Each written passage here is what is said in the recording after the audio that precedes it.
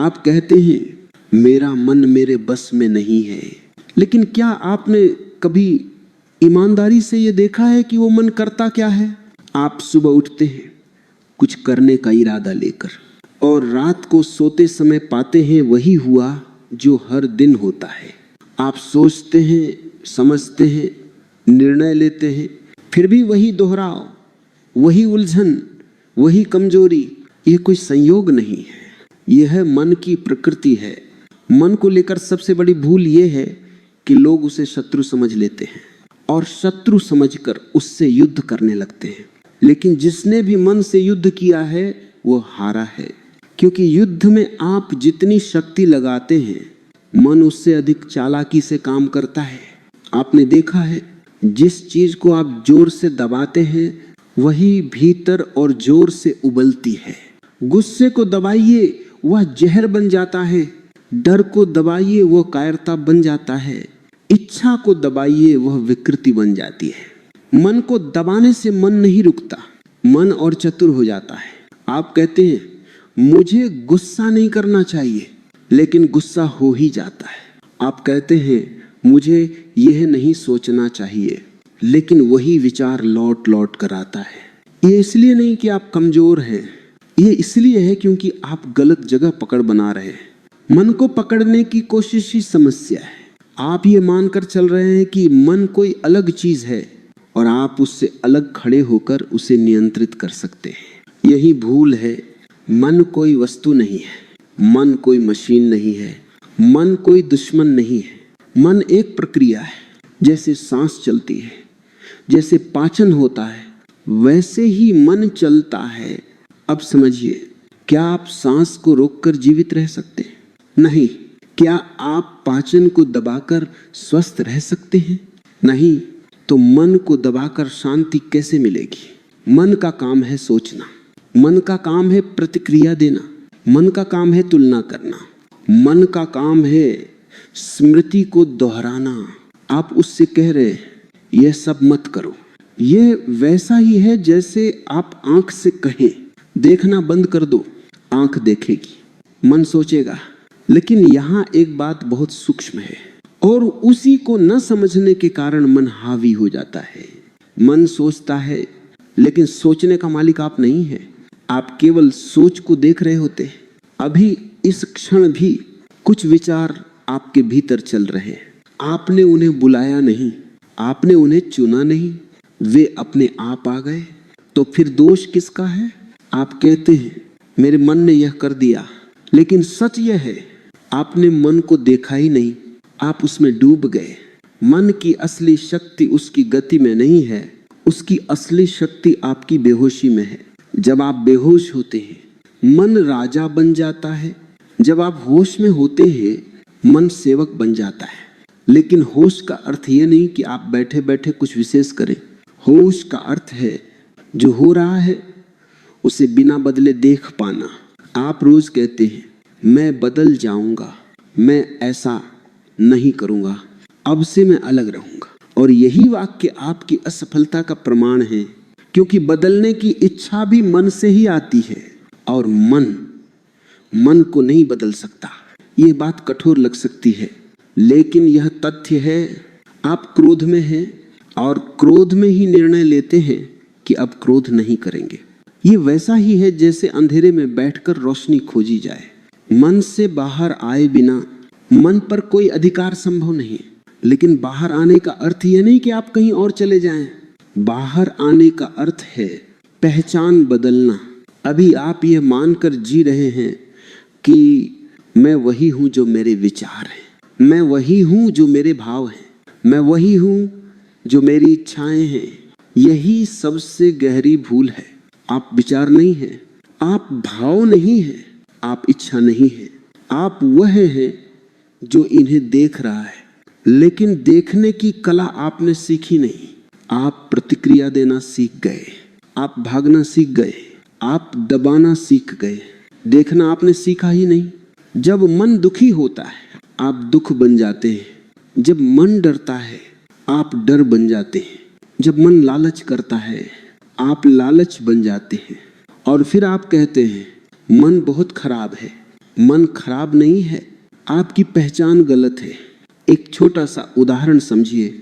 आप रास्ते पर चलते हैं, किसी ने अपमान कर दिया, शब्द भीतर गए, मन ने स्मृति से पुरानी चोटें निकाली, भाव उभरे, शरीर में गर्मी आई, आवाज तेज हुई। ये पूरी प्रक्रिया कुछ क्षणों में हुई। लेकिन आपने क्या किया? आपने कहा मैं अपमानित हो गया। नहीं, अपमान हुआ नहीं, अपमान का विचार उठा और आप उसमें कूद गए।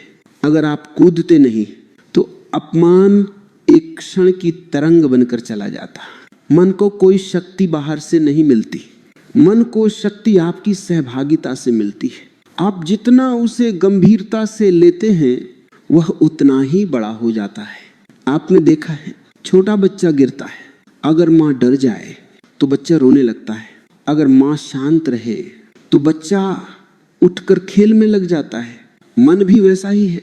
आपकी घबराहट, आपका डर, आपकी जल्दबाजी, यही मन का भोजन है। आप पूछते हैं तो क्या मन को छोड़ दें? नहीं, छोड़ना भी एक क्रिया है और हर क्रिया मन से ही आती है।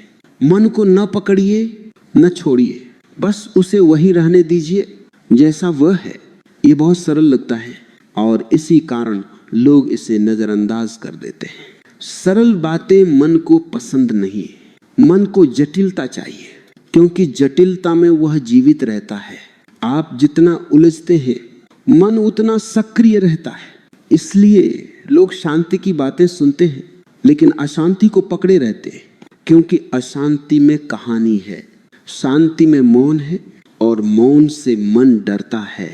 आप अगर अभी ईमानदारी से देखें तो पाएंगे कि मन को कंट्रोल करने की आपकी सारी कोशिशें असल में मन को और मजबूत करती रही हैं। आपने उसे समझने की कोशिश नहीं की, आपने उसे हराने की कोशिश की, लेकिन मन को हराया नहीं जाता, मन को समझा जाता है और समझ अपने आप नियंत्रण बन जाती है। जब आप आग को समझ लेते हैं तो हाथ पीछे हट जाता है, कोई आदेश नहीं देना पड़ता। मन भी वैसा ही है। आज से ये देखना शुरू कीजिए, मन क्या कर रहा है बिना उसे सही या गलत कहे। आप चकित होंगे, जिस दिन आपने मन को दोष देना बंद किया उसी दिन उसने आपको सताना बंद कर दिया। अब जरा और गहराई में उतरिए, क्योंकि जो बात अभी तक समझ में आई है वह सिर्फ दरवाजे तक लाई है। दरवाजे के भीतर जो है वही असली परिवर्तन है। अब तक आपने यह देखा कि मन कोई शत्रु नहीं है। अब यह देखना जरूरी है कि मन चलता कैसे है, क्योंकि जिसे आप चलते हुए नहीं पहचानते वह आपको खींच ले जाता है। मन का सबसे बड़ा भ्रम यह है कि वह आपको यह महसूस कराता है कि वह आपकी मदद कर रहा है। मन कहता है मैं सोच रहा हूं ताकि तुम्हें बचा सकूं, मैं याद दिला रहा हूं ताकि तुम फिर न गिरो, मैं डर दिखा रहा हूं ताकि तुम सुरक्षित रहो, और आप मान लेते हैं। लेकिन अगर मन सच में आपकी रक्षा करता तो आप हर दिन एक ही पीड़ा क्यों दोहराते? अगर मन सच में समझदार होता तो आप बार बार पछताते क्यों? मन की चाल बहुत सूक्ष्म है, वह सीधे आपको दुख नहीं देता, वह पहले तर्क देता है, फिर तर्क के भीतर जहर छुपा देता है। उदाहरण देखिए, आप कहते हैं मैं गुस्सा इसलिए करता हूं क्योंकि सामने वाला गलत है। ये बहुत तर्कसंगत लगता है, लेकिन अगर सामने वाला गलत है तो हर कोई उतना ही गुस्सा क्यों नहीं करता? दो लोग एक ही परिस्थिति में होते हैं, एक शांत रहता है, दूसरा टूट जाता है, तो फर्क कहाँ है?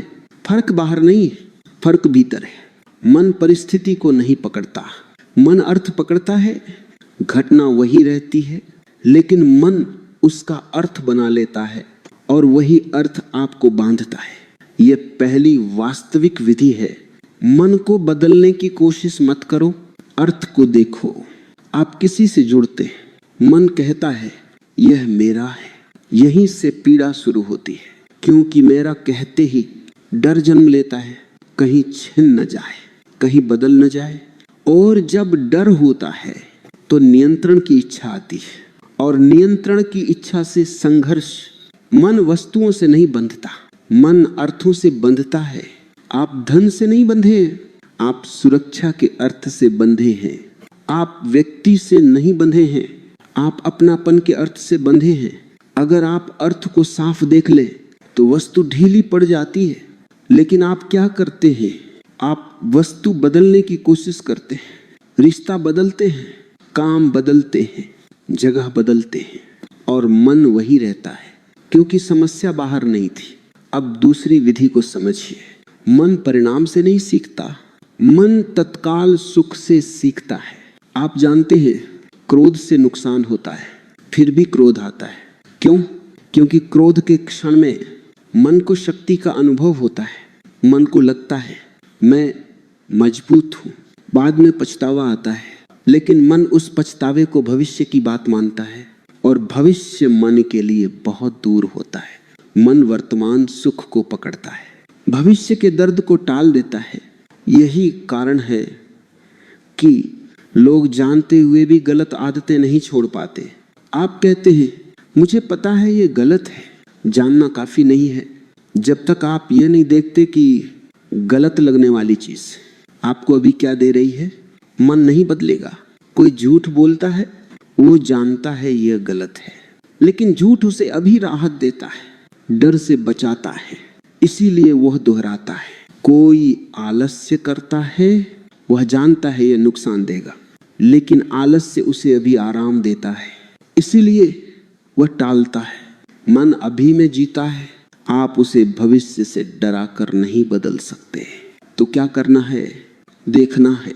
जब भी मन किसी आदत की ओर खींचता है तो ये मत कहिए ये गलत है, बस ये देखिए ये मुझे अभी क्या दे रहा है, और फिर यह भी देखिए ये मुझे धीरे धीरे क्या बना रहा है। जब ये दोनों एक साथ दिखने लगते हैं तो मन के भीतर दरार पड़ती है, क्योंकि अब सुख और नुकसान अलग अलग नहीं रहे, अब दोनों एक ही चित्र में आ गए। यहीं से परिवर्तन शुरू होता है। मन को आदेश पसंद नहीं, मन को स्पष्टता पसंद है। जब चीज साफ दिखने लगती है तो मन अपने आप पीछे हटता है। आपने कभी किसी को समझाने की कोशिश नहीं की कि आग में हाथ मत डालो। क्यों? क्योंकि हाथ को पता है, अनुभव है।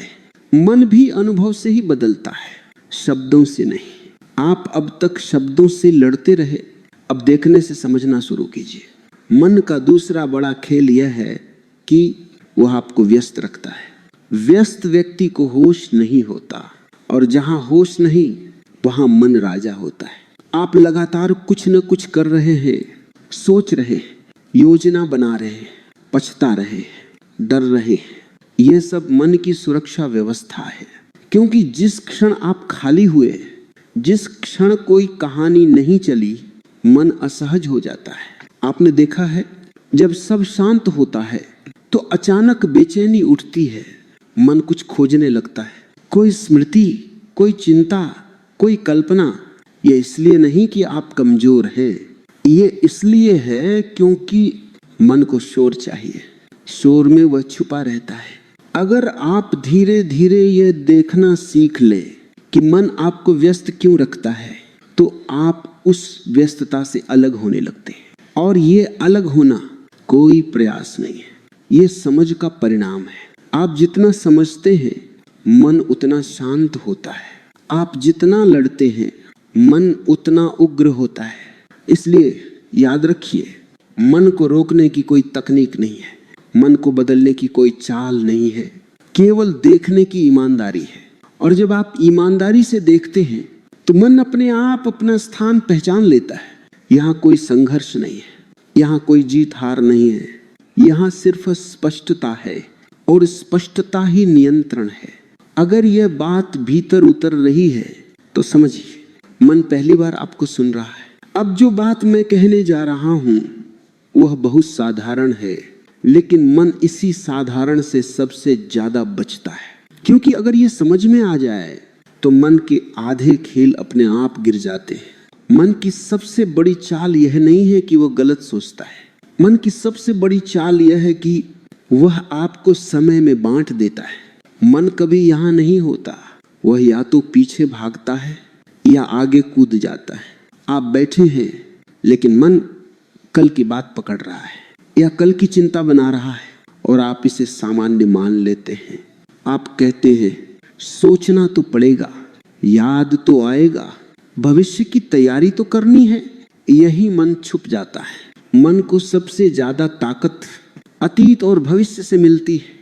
वर्तमान में मन बहुत कमजोर होता है, क्योंकि वर्तमान में कोई कहानी नहीं होती, कोई स्मृति नहीं होती, कोई कल्पना नहीं होती, सिर्फ जो है वही होता है। लेकिन मन को वही सबसे असहज लगता है। आपने ध्यान दिया होगा, जब सब ठीक चल रहा होता है तो भी मन कुछ ना कुछ ढूंढ लेता है, कहीं कुछ गलत ना हो जाए, कहीं ये खुशी टिक न जाए, कहीं फिर वही ना हो जाए। यह मन की तीसरी चाल है, डर के माध्यम से पकड़ बनाना। डर कोई समस्या नहीं, डर जीवन की सुरक्षा है। लेकिन मन डर को कहानी बना देता है और कहानी आपको जकड़ लेती है। आप भविष्य में ऐसी घटनाएं गढ़ लेते हैं जो कभी घटती ही नहीं, लेकिन शरीर उसी तरह प्रतिक्रिया करता है जैसे वह घट चुकी हो। दिल तेज धड़कता है, सांस भारी हो जाती है, नींद उड़ जाती है और आप कहते हैं मन बहुत परेशान करता है। नहीं, आप मन की बनाई हुई तस्वीरों को सच मान लेते हैं। मन कल्पना करता है, यह उसका स्वभाव है। लेकिन समस्या कल्पना नहीं है, समस्या यह है कि आप उसे वास्तविक मान लेते हैं। आप सपने में गिरते हैं तो शरीर झटका खा जाता है, लेकिन जागने पर आप हंस देते हैं। क्यों? क्योंकि आप जानते हैं वह सपना था। अगर यही पहचान जागृत अवस्था में आ जाए तो मन का आधा आतंक समाप्त हो जाए। मन जो भी दिखाता है वह घटित नहीं हो रहा, वह सिर्फ चल रही प्रक्रिया है। लेकिन आप प्रक्रिया नहीं देखते, आप उसमें डूब जाते हैं। मन की चौथी चाल यह है कि वह आपको प्रतिक्रिया में बांध देता है। कुछ होता है और आप तुरंत कुछ कर बैठते हैं, बोल देते हैं, निर्णय ले लेते हैं, रिश्ते तोड़ लेते हैं और बाद में कहते हैं मुझे ऐसा नहीं करना चाहिए था। लेकिन तब बहुत देर हो चुकी होती है। मन की गति बहुत तेज होती है, लेकिन आपकी समझ उससे भी तेज हो सकती है। अगर आप प्रतिक्रिया से पहले एक क्षण रुकना सीख लें। ये रुकना कोई अभ्यास नहीं है, ये कोई तकनीक नहीं है, ये एक समझ है। जब आप समझ लेते हैं कि हर प्रतिक्रिया आपको और उलझाएगी तो मन धीरे धीरे ढीला पड़ता है। आप गुस्से में हैं, मन कहता है कुछ बोल दो, हल्का हो जाओ, और आप बोल देते हैं। क्षणिक राहत मिलती है, लेकिन रिश्ता टूट जाता है। मन कहता है देखा मैंने मदद की, नहीं, उसने आपको और बांध दिया।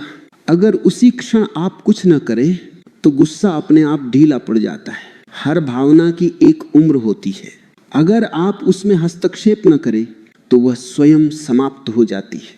लेकिन आप बीच में कूद पड़ते हैं और उसे लंबा कर देते हैं। मन को सबसे ज्यादा भोजन आपकी जल्दबाजी से मिलता है। जो व्यक्ति जल्दबाज नहीं है उसका मन धीरे धीरे शांत हो जाता है। अब एक बहुत महत्वपूर्ण बात समझिए, मन को शांत करने की कोशिश भी मन की ही चाल है। आप कहते हैं मुझे शांत रहना है और उसी क्षण भीतर तनाव पैदा हो जाता है, क्योंकि अब आप जो है वो गलत हो गया। आप अपने वर्तमान को नकार देते हैं और मन को नया हथियार मिल जाता है, असंतोष। मन असंतोष से जीता है। अगर आप स्वीकार कर ले कि इस क्षण मन अशांत है और उसमें कुछ भी बदलने की इच्छा न रखें तो आप चकित होंगे। अशांति ढीली पड़ने लगती है क्योंकि अब उसे विरोध नहीं मिल रहा। मन विरोध से मजबूत होता है, स्वीकृति से कमजोर। स्वीकृति का अर्थ ये नहीं है कि आप सब सही मान लें। स्वीकृति का अर्थ है जो है उसे जैसा है वैसा देख लेना। जब आप किसी भावना को पूरा देखने देते हैं, बिना नाम दिए, बिना कहानी जोड़े, तो वह जल्दी विदा हो जाती है। मन का एक और बड़ा खेल है पहचान। मन कहता है मैं ऐसा ही हूं, मेरा स्वभाव ऐसा है, मैं बदल नहीं सकता। ये बहुत खतरनाक है, क्योंकि अब आपने मन की आदत को अपनी पहचान बना लिया। आप कहते हैं मैं गुस्सैल हूं, मैं डरपोक हूं, मैं कमजोर हूं, और मन मुस्कुराता है, क्योंकि अब उसे बदलने की कोई जरूरत नहीं। आपने उसे स्थायी बना दिया। मन कोई स्थायी चीज नहीं है, वह हर क्षण बदलता है। लेकिन जब आप कहते हैं मैं ऐसा ही हूं, तो आप परिवर्तन का द्वार बंद कर देते हैं। सच ये है, आप ऐसे नहीं हैं, अभी ऐसे हैं। ये अंतर बहुत बड़ा है। जो अभी है वह बदल सकता है। जो आप मान लेते हैं वह जड़ हो जाता है। मन आपको जड़ बनाना चाहता है, क्योंकि जड़ व्यक्ति प्रश्न नहीं करता। जब आप ये देखना शुरू करते हैं कि मन कैसे आपको समय में, डर में, प्रतिक्रिया में और पहचान में बांधता है, तो उसके खेल उजागर होने लगते हैं। और जैसे ही खेल उजागर होता है, खिलाड़ी कमजोर पड़ जाता है। यहाँ कोई युद्ध नहीं है, यहाँ कोई साधना नहीं है, यहाँ सिर्फ जागरूक समझ है। आप जितना देखते हैं, मन उतना ही अपनी जगह लौटता है। और जब मन अपनी जगह होता है तो जीवन बोझ नहीं रहता। तब सोच होती है, लेकिन आप उसमें खोते नहीं। तब भावना आती है, लेकिन आप बहते नहीं।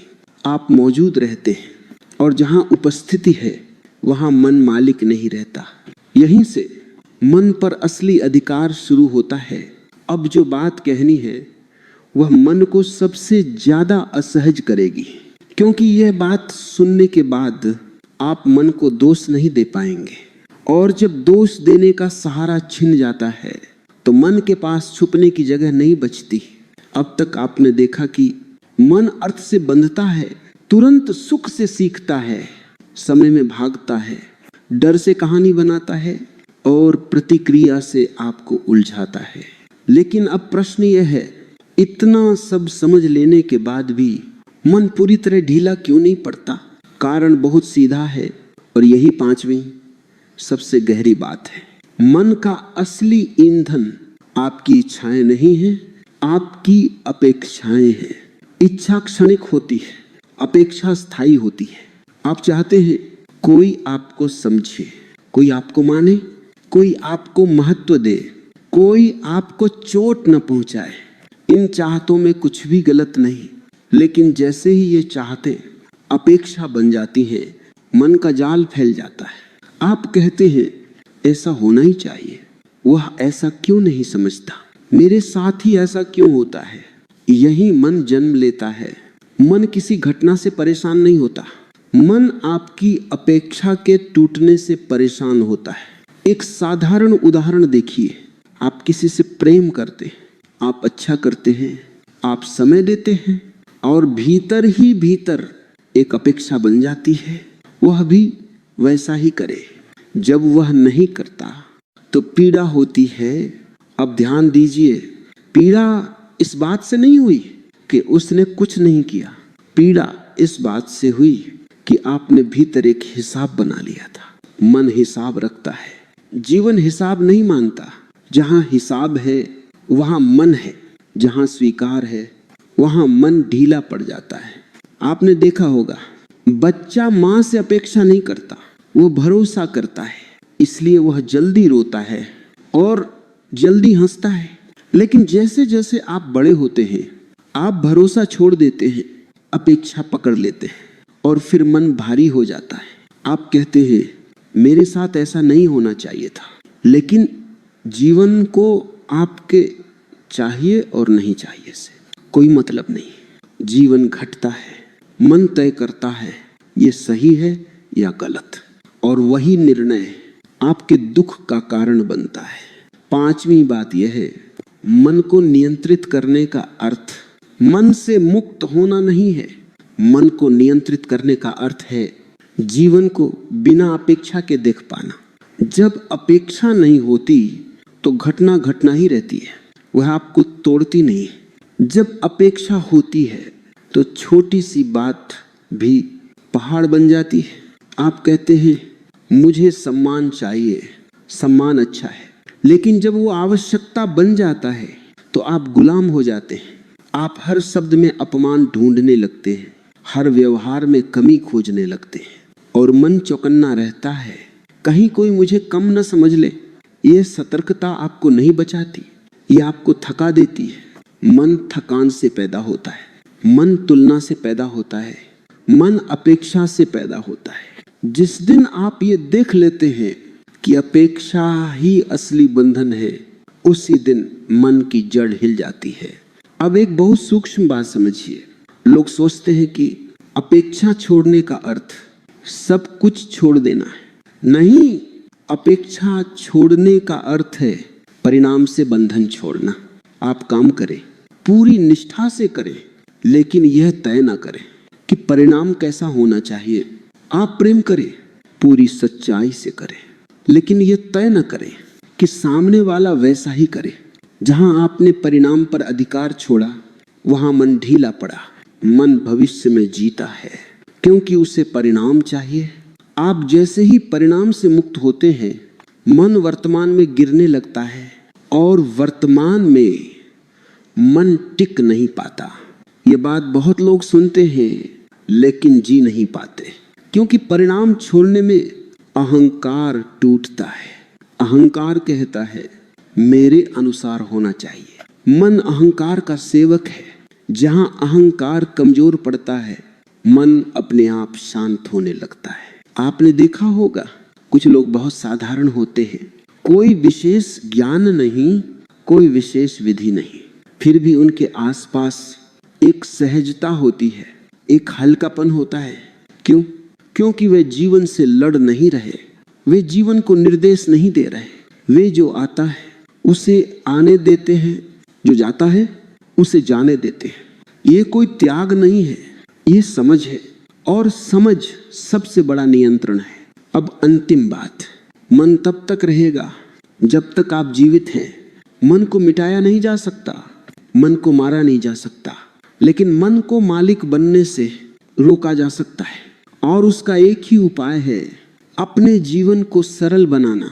जितनी ज्यादा इच्छाएं उतना भारी मन, जितनी ज्यादा तुलना उतना अशांत मन, जितनी ज्यादा अपेक्षाएं उतना चालाक मन। आप जितना कम चाहते हैं, मन उतना कमजोर होता है। यह त्याग की शिक्षा नहीं है, यह गणित है। कम बोझ, कम दबाव, कम कहानी। मन कहानी से जीता है। जब कहानी कम होती है, मन मौन की ओर लौटता है, और मौन कोई अभ्यास नहीं है। मौन मन का स्वभाव है।